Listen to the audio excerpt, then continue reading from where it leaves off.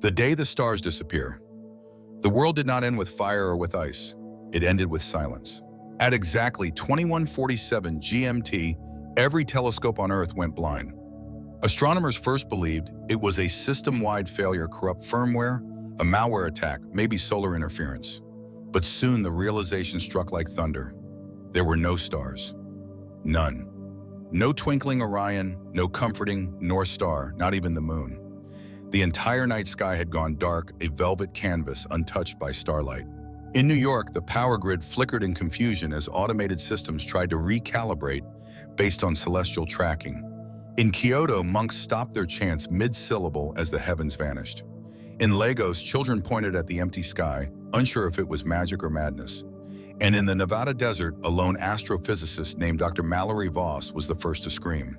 The blackout was total, not just visible light, but radio signals, infrared, ultraviolet. Every spectrum humans had used to peer into the cosmos had collapsed into nothingness. The universe hadn't just gone dark, it had gone silent. Governments scrambled. Satellites were rebooted, emergency response protocols initiated. NASA, ESA, Roscosmos all issued vague press statements blaming atmospheric anomalies. But the truth spread like wildfire, the stars were gone, and no one knew why. Mass panic set in within hours. Supermarkets were looted. Churches overflowed with terrified believers. TikTok flooded with sky videos, millions of phones pointed upward at a darkness so complete it looked artificial. One viral clip showed a man in Berlin climbing a tower and screaming into the night, "Where did you go?" The silence answered him. By day 3, international stock markets crashed. Airlines canceled flights indefinitely, pilots refused to fly without star navigation backup. In rural China, villagers lit bonfires and performed ancient sky rituals, begging the heavens to return. In Silicon Valley, billionaires fled to underground bunkers, confident that this was the beginning of cosmic war, alien invasion, or divine punishment. But nothing came. No ships, no meteors, no booming voices from the sky. Only nothing. In Paris, astrophysicist Camille Duval collapsed in her lab after staring at telescope feeds for 28 straight hours. She had once measured the oscillation of distant quasars. Now she couldn't even detect the moon. "What do you do?" she muttered when the laws of the universe just quit. At the Vatican, an emergency conclave was called, with Pope Leo XIV delivering a chilling address. "Tonight, my children, the Lord has taken the stars from us, perhaps to test our faith, or perhaps because he too has turned his face away."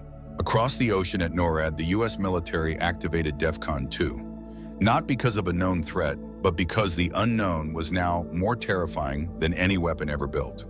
All global telescopes were aimed outward. Nothing returned, not even background radiation. The universe, once roaring with energy, was now mute. And still the world spun on. A week into the blackout, the term stellar silence entered the lexicon. Children born that week would never know what it meant to wish upon a star. Lovers no longer had constellations to name their fate by. Poets ran out of metaphors. Astronomers ran out of data. Yet not everyone collapsed into despair. In Mumbai, a blind girl named Arisha told her father, "Now the world looks like it always did to me. Don't be afraid, Papa. We still have each other." That video reached 500 million views in a day. Some called her a prophet. In Colorado, Dr. Voss set up an open-air command center with a cracked radio dish and a handwritten banner. "We're still looking." Volunteers came, scientists, truckers, retired ham radio operators. They didn't know what to look for, but they searched anyway. In the void, some found purpose. Still, Earth changed. Cities became eerily quiet after dark. Without starlight, the world's nights were ink black and cold. Migratory animals faltered, birds flew in circles, whales lost their bearings. The planet itself mourned its place in the cosmos. And then came the first suicide wave. Hundreds, then thousands unable to cope with the enormity of what was missing. Psychologists termed it celestial trauma, an existential horror rooted in the loss of the infinite. Conspiracy theories flourished. The stars were covered by a cloaking field. Earth had been transported to another dimension. The simulation was breaking. God had closed the curtains. But behind all the chaos, in bunkers and mountaintops and lonely observatories, a whisper began to rise, not in sound, but in resolve.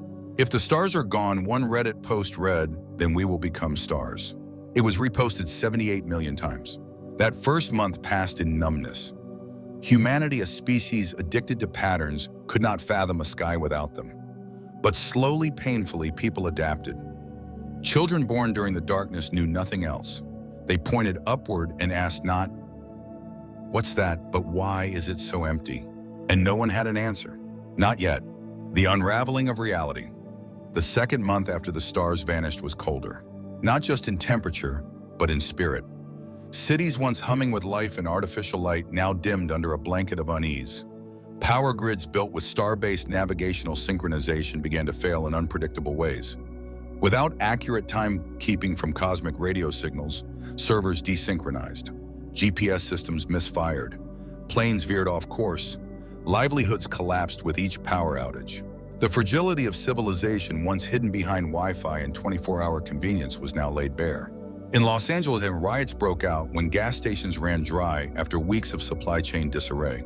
Trucks that relied on Starlink satellite systems for navigation sat idle, their drivers unable to traverse terrain they once mastered blindfolded. In Tokyo, elderly citizens huddled in candlelit apartments, afraid to open their doors to the hungry youth looting vending machines downstairs. The center could not hold, and so it began to fall apart. Banks froze withdrawals. Markets crashed again and again until money became meaningless. In some countries, paper currency was used for fire kindling, while food was traded in calories, not coins. Governments tried to enforce order, but even the most disciplined militaries hesitated to fire on their own when the enemy was confusion. In the absence of celestial order, humans made their own meaning, some beautiful, some terrifying. In Eastern Europe, the cult of Nocturitus rose to power, claiming the starless sky was a divine message. They dressed in black-burned books of science and preached that light had blinded mankind for centuries. Darkness, they claimed, was liberation. In Brazil, rogue churches declared Earth had been cut off from the heavens for its sins. Thousands gathered in mass baptisms in dried-out riverbeds, begging for forgiveness, splashing in empty dirt. In the American Midwest, the True Sky militia armed themselves, believing the government had cloaked the stars to manipulate the population. They staged raids on observatories, claiming scientists were the architects of the Great Blinding. In one chilling broadcast, a man held up a severed telescope lens and shouted, "We will see again once the liars are gone." Even the scientific community fractured. Some clung to theories: quantum veil fields, galactic filters, artificial dark matter, occlusion. Others spiraled into nihilism.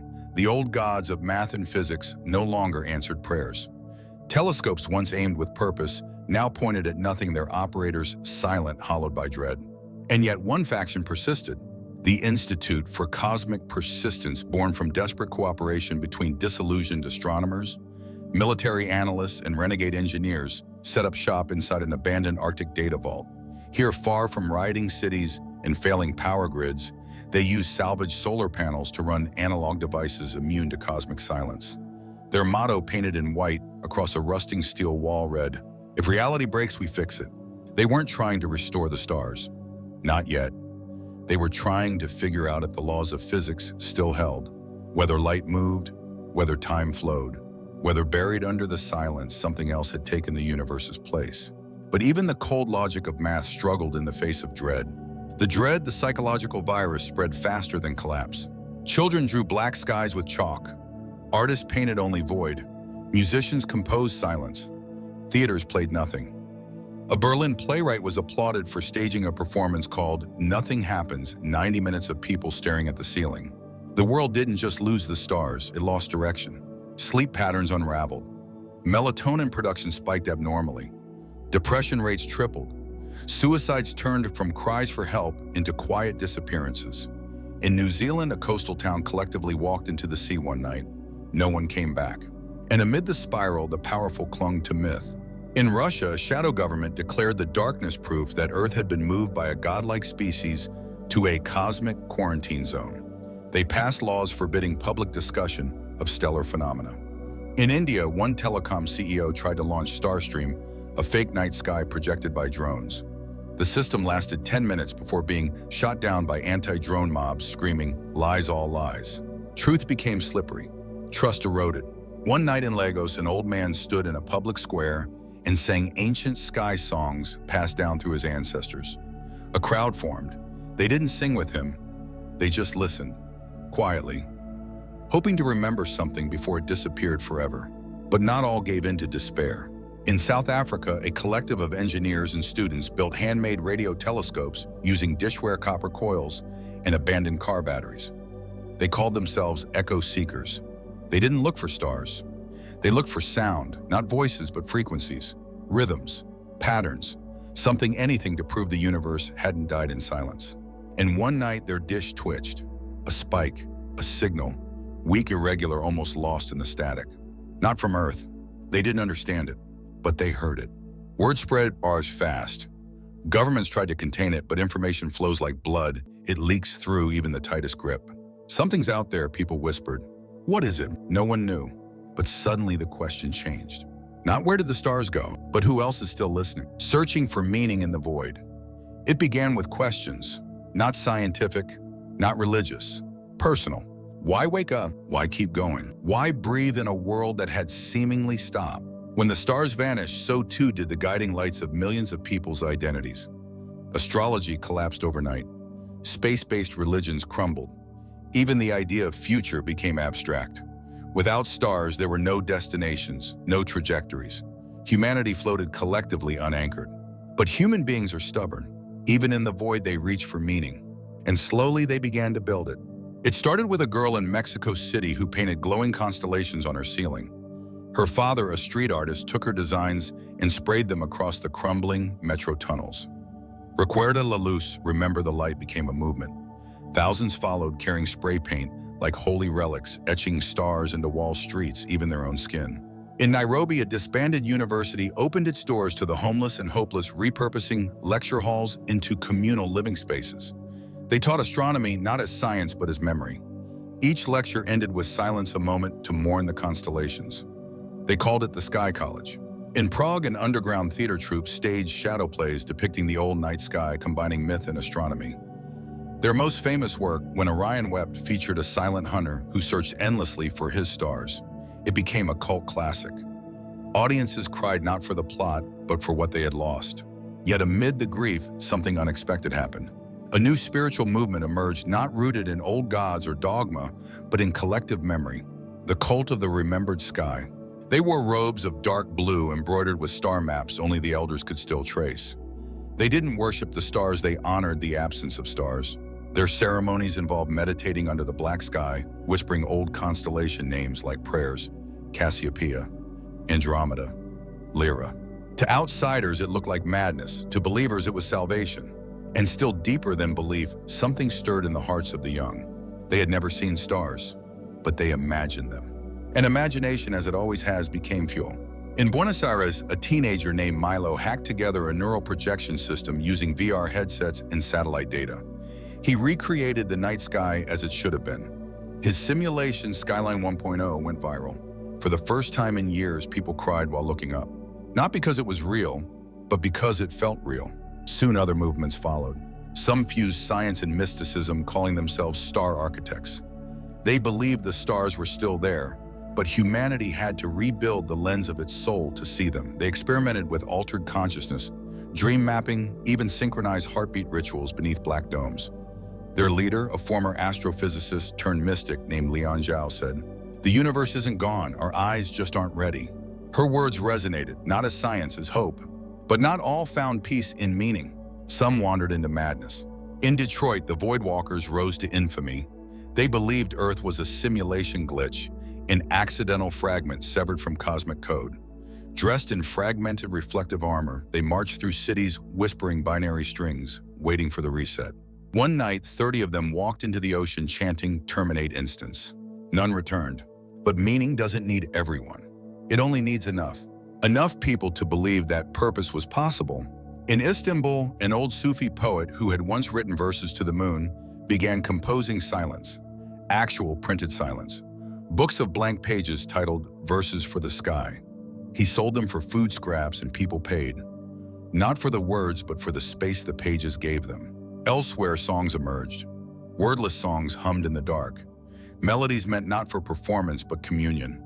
Whole subway trains filled with passengers humming together, finding comfort in something primal sound in the silence.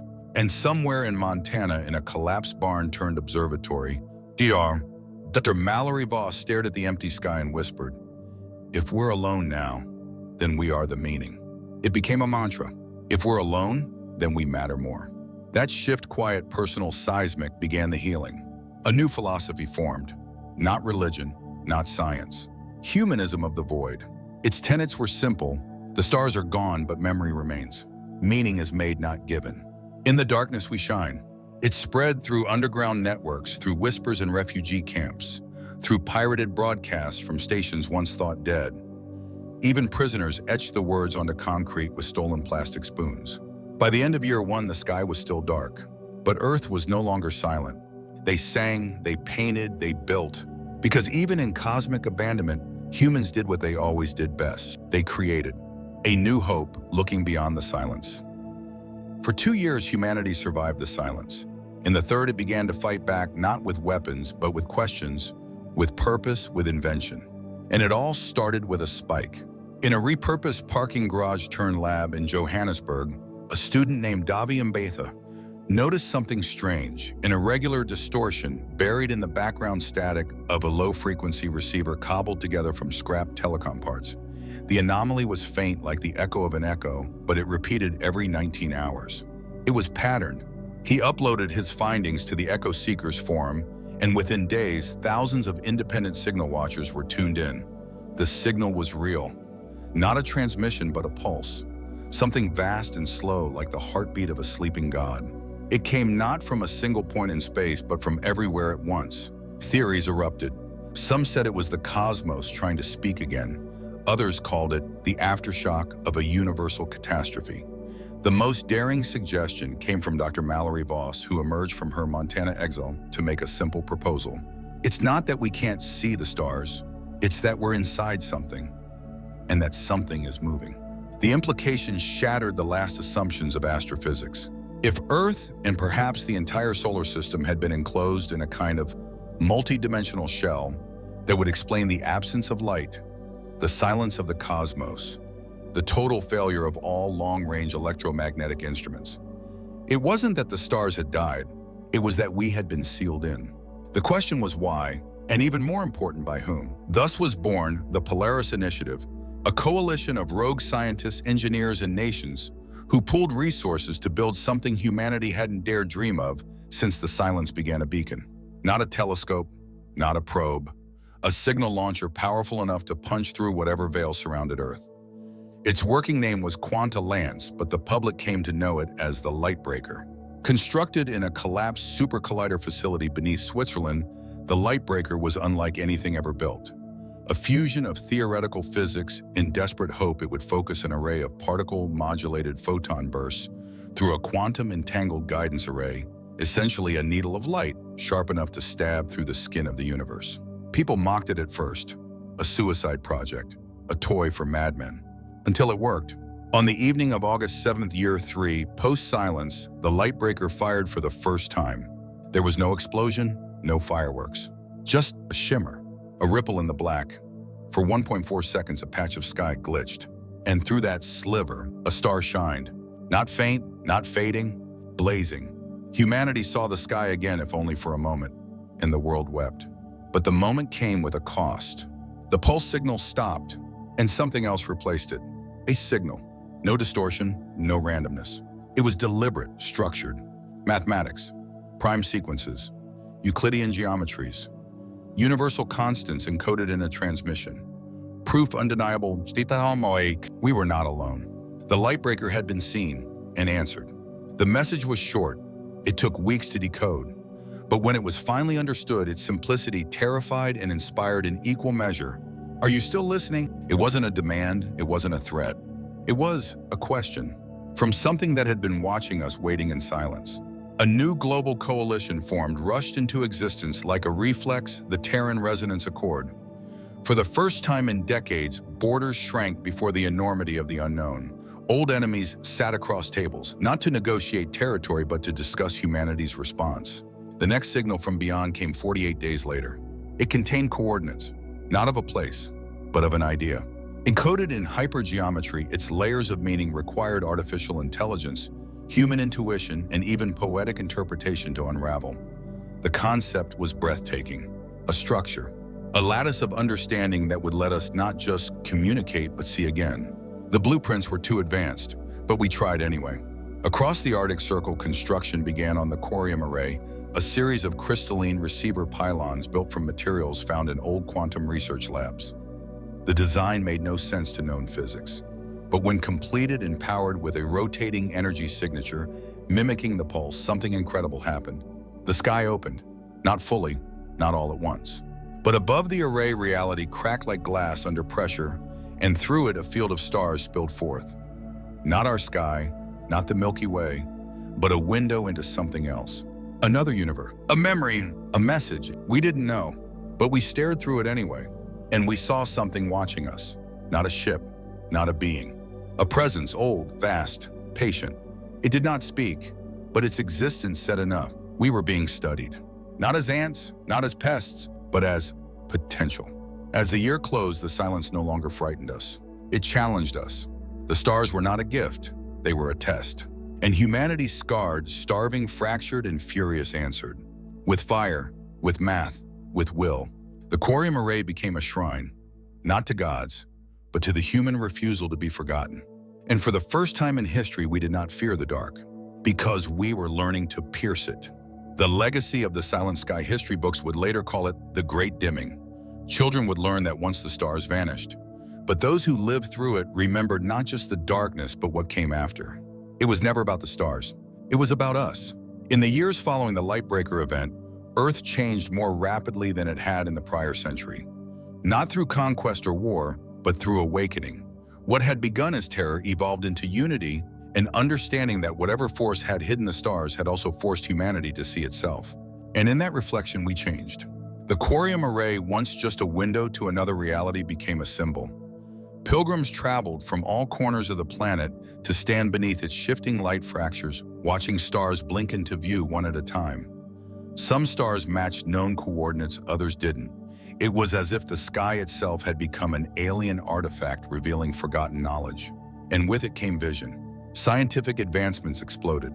Driven by desperation, inspired by awe, humanity shattered barriers once thought unbreakable. Quantum entanglement communication matured in months. Artificial gravity experiments succeeded for the first time.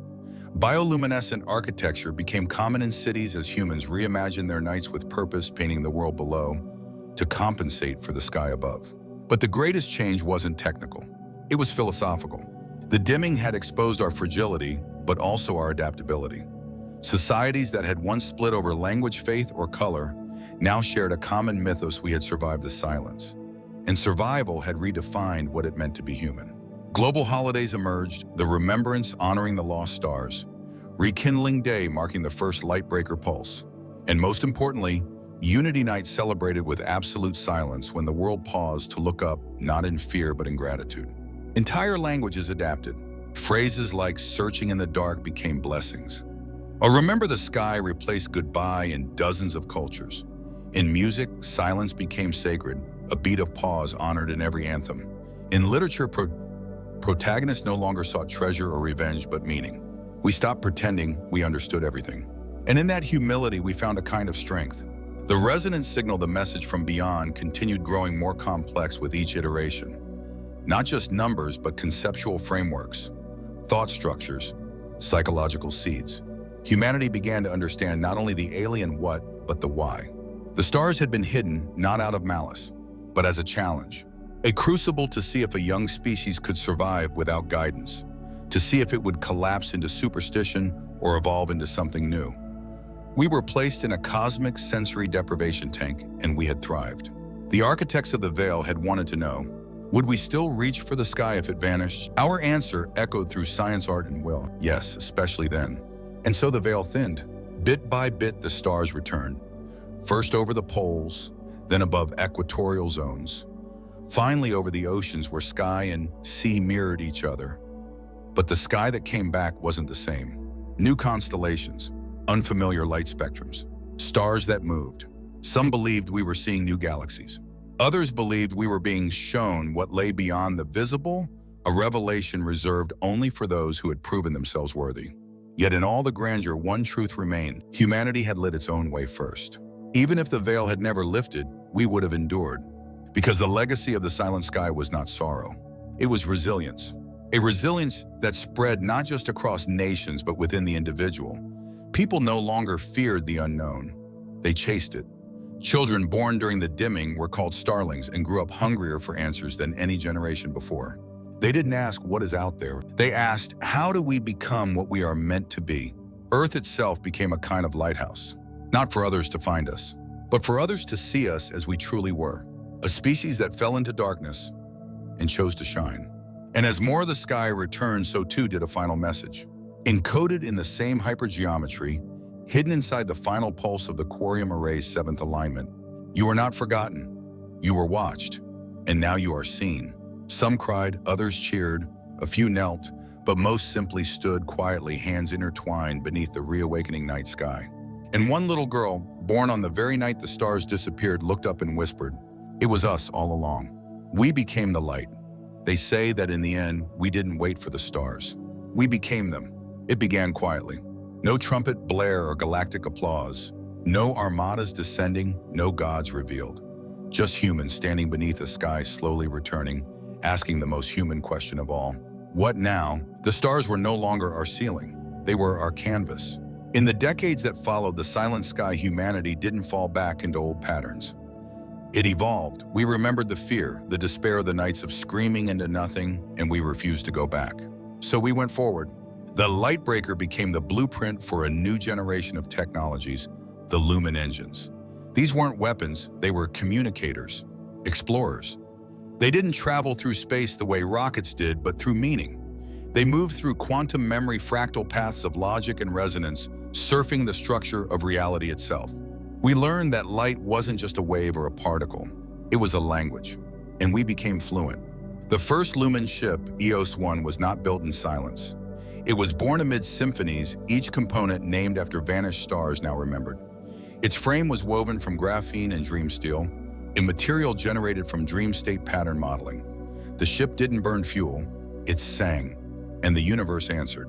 When EOS-1 left Earth, it didn't break orbit. It folded perception. To observers, it simply vanished. To the crew, it opened into something they could barely describe. Not hyperspace, not wormholes. A corridor of invitation. The walls of reality shimmered with unseen color. Voices hummed not in words but in feelings. Time became nonlinear. The crew experienced childhood memories they had never lived. They wept, they screamed, they understood. And then the ship returned, not in months, in moments, bringing knowledge. Maps not of space but of thought, gateways built from resonance, not metal, coordinates not to places but to understandings. It was no longer about reaching other worlds. It was about reaching ourselves. And from there, Earth transformed.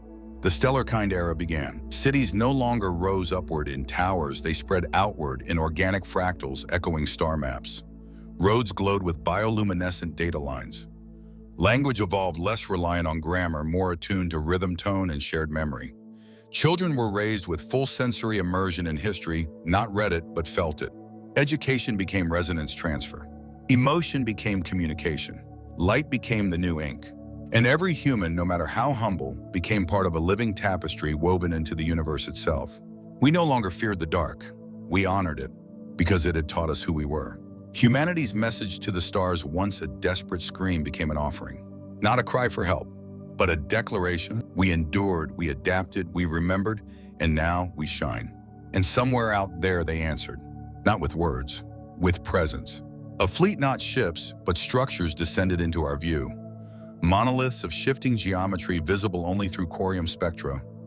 They did not land, they did not speak. They watched, and we understood. They had never left. They had simply waited to see if we would earn the sky again. And we had. In a ceremony witnessed by the entire planet Earth, launched the Atlas Array, a chain of solar quantum beacons stretching from the moon to the edges of our system. They weren't weapons. They weren't for defense. They were stars, human-made, human-shaped. Each one etched with our history, our languages, our pain, our triumphs. A million tiny suns built not to replace the stars, but to join them. To say, we too can give light. And so Earth glowed again, not from distant suns, but from our own courage. The final entry in the Polaris logbook dated year 55. Post-Silence was penned by Mallory Voss, now aged and revered, but still defiant. We do not belong to the stars. We are not their children. We are their siblings. We walked blind into the void, and we did not fall. We became the torchbearers. And with that, humanity was no longer a question mark in the galaxy. We were a beacon. Others came, not in war, not in conquest, in curiosity. They reached out to us not as saviors or rulers, but as fellow survivors of the dark. For they too had passed through their own silences. They called it the Great Veiling, a test, a rite, a crucible all species must endure alone. Not every species made it, but we did. And now when the young of Earth ask why the sky was ever dark, we do not say we don't know. We say, because the stars were waiting for us to learn how to shine back. And when they ask what it means to be human, we answer, it means to be the light that refuses to go out.